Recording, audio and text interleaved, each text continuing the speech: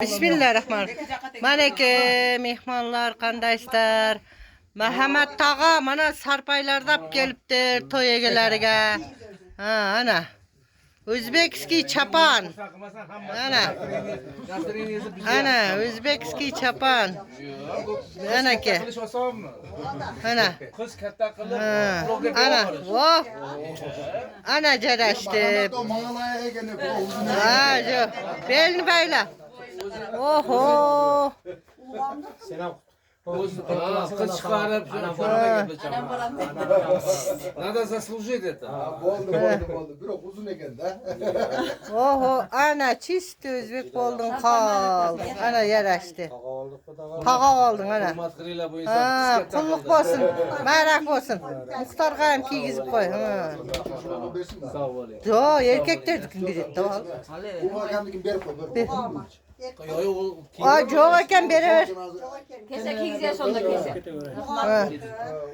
Yengelerin başına kiygizip koyar. Ana. Ya tutup padur. Ana ki. Ana. Ana çisti tağa. Meşrap tağa. Rahmat. Ha. Bularni endi o'zingiz. Ha. Tabriklayman.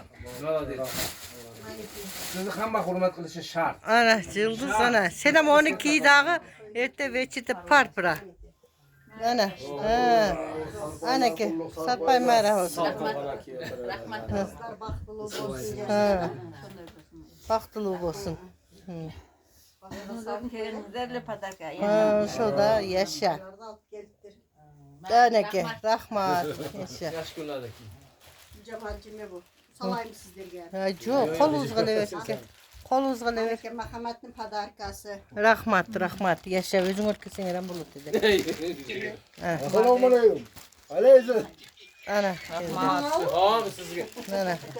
Kalla go'shtini qo'y. Yana kalla go'shti deyman. Go'sht. Yaşa rahmat yaşa. Rahmat özün ülkesine eren bulut dedi. Yaşa gile. Endi ben basıp koy ortasını bitti. Video kaldı. Rahmata senin Allah'a doğru çekmişsin. Lekin sizga zo'r yarashdi. Yo'q, sizga bu paxtaligini oldik. Sizga zo'r yarashdi lekin. Sog' bo'ling. Ya mağala ayağına hep gelsin de bu katta bu uzun. Keterden kiyip keterden. Xudo xolasa, seni ham kunga kelamiz. Mayli, sog' bo'linglar. Ana, bu taraftan elçi keltir elçinin gavunu koyarım. Ayten. Yok, bunların demesin o. Ya o sen aytma edip jönöttü. Ayten. Yo meni jönötkön. Ya olar programmasını ayt hazır cangıp gelgen. Programın jönöttü de meni jaman kılıp koysun. Yo programlar ne deyip men keldim azı sizlerden. Sırat gelip duruyor. Maşinalar mında koyarken şoğa keldim. Olmasa şu malan kelimecelerden sorağanım.